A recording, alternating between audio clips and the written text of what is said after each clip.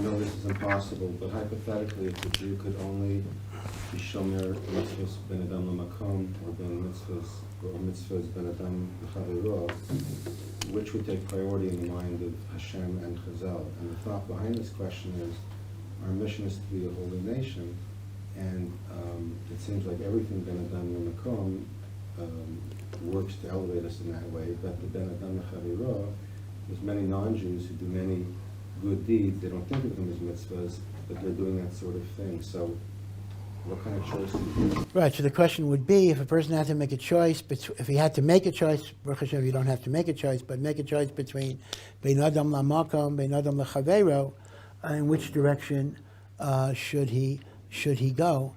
It's hard to be machriya, but I'll give you two sources that may suggest a possible answer.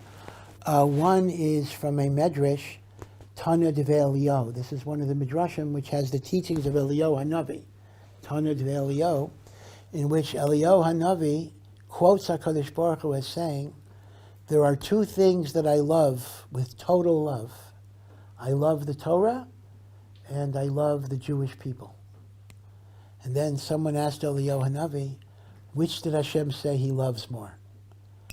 So Eliyahu Hanavi didn't want to say which Hashem loves more, but he was pushed and pushed and pushed.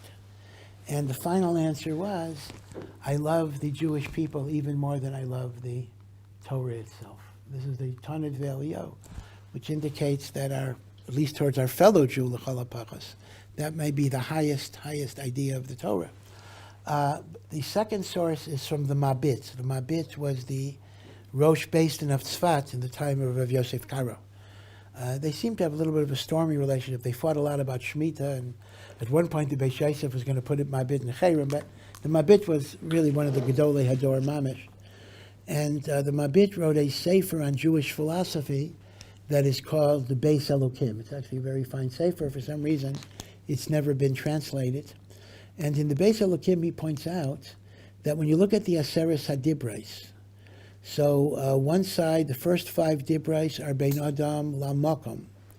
The second 5 dibros are Bein Adam LaChavera, right? That's a well-known point.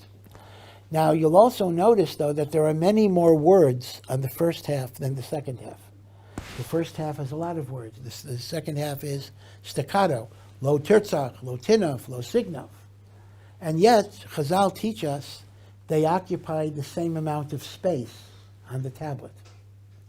So if you have one side with more words and one side with less words, but they cover the same amount of space, it must be that the font size or the engraving size of the Bein Adam L'Chaverei must have been bigger. So now, when Moshe Rabbeinu is coming down Har Sinai, and people are putting on their reading glasses to see, what is that thing he's bringing down? So which mitzvos will they see first? In their range of vision, the Mabit says it's the Bein Adam L'Chaveiro. And therefore the Mabit points out this is how important the Bein Adam L'Chaveiro is. Now, your point, though, is a good point, because Bein Adam L'Chaveiro, is not always distinctively Jewish. You're a nice guy, you're a charitable guy, you're a kind person. I mean, non-Jews do that too. That's not a distinctively Jewish thing, as opposed to tefillin and kosher and Shabbos. Those are Jewish things. So wouldn't it be more important, so to speak, your argument goes, to do that which is distinctively Jewish? Like I remember, and I was really very, very upset over this. Some of you might refer to the Rosh Yeshiva of Aaron Lichtenstein, who was a nifter a few years ago. He's from the Dati Leumi world, but he was a great, both a Talmud Chacham and a very fine person. And when he was nifter, actually he was extremely fine in his midos in particular.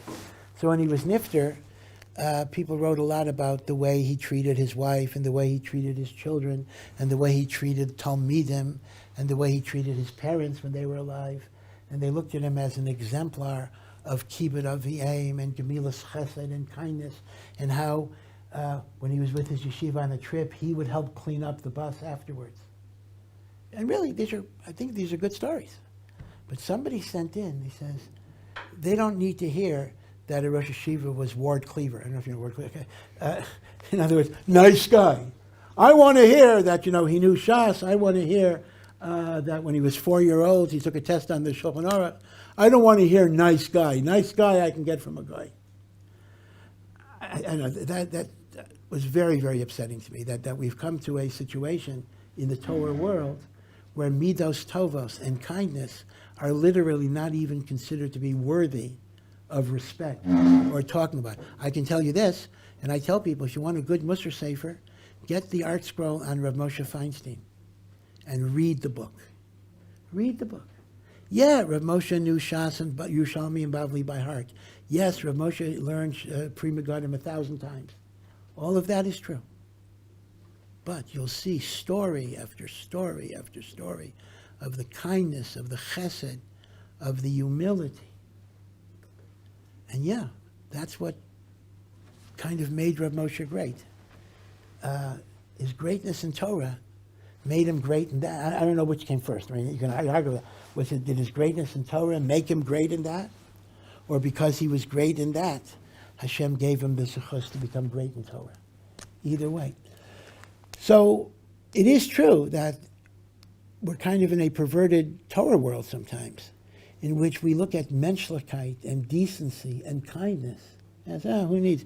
Ward Cleaver, father knows best. I'm dating myself. Ozzie and Harriet, these are not what we need for inspiration. I would say, Lanias Daiti, I think you do need it for inspiration. You need to know that that's what being a Torah Gadol means. So as a result, I would actually say that even though the chesed does not seem to be uniquely Jewish, but when it emanates from Torah, it becomes something holy and something noble.